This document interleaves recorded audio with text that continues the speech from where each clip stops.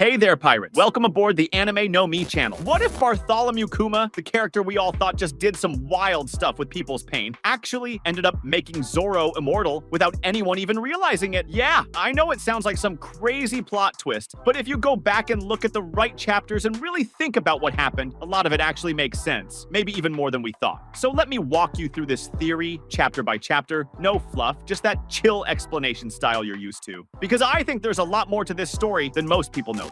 I hope for your support to help our crew win, and to do so, you just need to click the thumbs up button, leave a like, and subscribe to the channel. By doing this, you will win an incredible devil fruit, so just comment which fruit you want. Let's start back in chapter 590 when Kuma shows up at Sabaody. He does that thing where he pulls Luffy's pain out of him. Yeah, that scene that shocked us all, but we never really stopped to think about how that affected the crew in the long run. What I believe is that when Kuma took Luffy's pain, he didn't just toss it away or give it to someone random. He stored that pain inside Zoro, who was standing there strong and loyal, right next to his captain. And why do I think that? Because Zoro has always been the kind of guy who can endure insane amounts of pain. Someone who doesn't seem to feel it the way other people do. We've seen it over and over, like in chapter 598 when he fights Kaku. He gets wrecked but keeps standing, never showing what we'd call real suffering. Isn't it possible that this is connected to Kuma's transfer of pain? Then there's chapter 599 during the Thriller Bark arc, when Zoro volunteers to take on all of Luffy's pain and fatigue. What does he do? He nearly sacrifices himself, ends up totally exhausted, but doesn't stop moving forward. Now think about it. What if that moment was the key that let Kuma mark him somehow? Maybe the transfer wasn't just about easing Luffy's pain. It might have been something deeper, something that gave Zoro a kind of superhuman endurance, like a form of practical immortality, something neither he nor we realized at the time. Another thing that stands out is how Zoro, no matter how badly he's beaten, never shows that typical vulnerability people have when they're about to break. Take chapter 932, for example, when he fights King. He takes hits that should kill just about anyone, yet he gets up again, like he's powered by something beyond the physical. That makes me think it's more than just training or willpower. Maybe Kuma passed on a part of his own resilience into Zoro during that transfer, an invisible barrier that keeps him from breaking even in the worst situations. Maybe this also explains why Zoro is always able to come back during the most intense moments in the story, no matter how hard he's been pushed. I don't think this immortality is some flashy power like a devil fruit or a sword technique. It's more like a special condition, something hidden, working silently in the background, keeping him in the game way longer than what makes sense logically. There's also that moment in chapter 1013 when he's fighting Kaido. If you look closely, the fight is brutal. Zoro is at his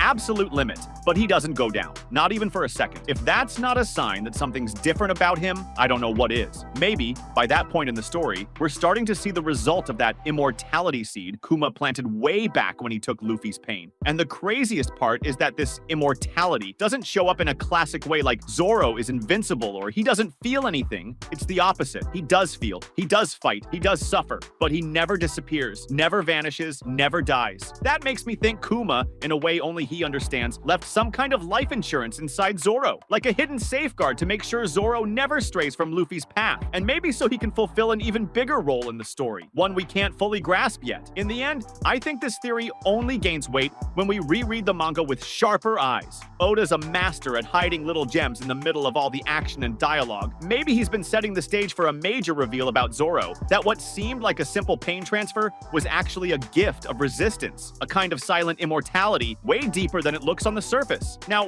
what does immortality really mean in this case? It's not that Zoro is floating around without feeling anything, or that he can't get hurt. Quite the opposite. He feels everything, gets hit hard, bleeds and falls, but he always comes back. Zoro has this physical limit that stretches like rubber, and I think that's where we should focus. A level of endurance so insane it borders on what we could call practical immortality. And who better than Kuma to be the one behind it? After all, he manipulates pain, suffering, even souls, and that probably goes way deeper than what we've seen. Chapter 599 is one of the clearest moments for this theory, when Zoro decides to take all of Luffy's pain into himself at Thriller Bark. You remember that scene, right? Zoro basically gives up his life to save his captain captain and the rest of the crew. But what many people miss is that this sacrifice may have been the trigger that allowed Kuma's transfer from Subodai to settle somewhere safe. In other words, the pain Kuma pulled from Luffy didn't vanish. It was stored inside Zoro, but more than that, it was transformed into a force that keeps him alive in the most extreme situations. There's a big difference between feeling pain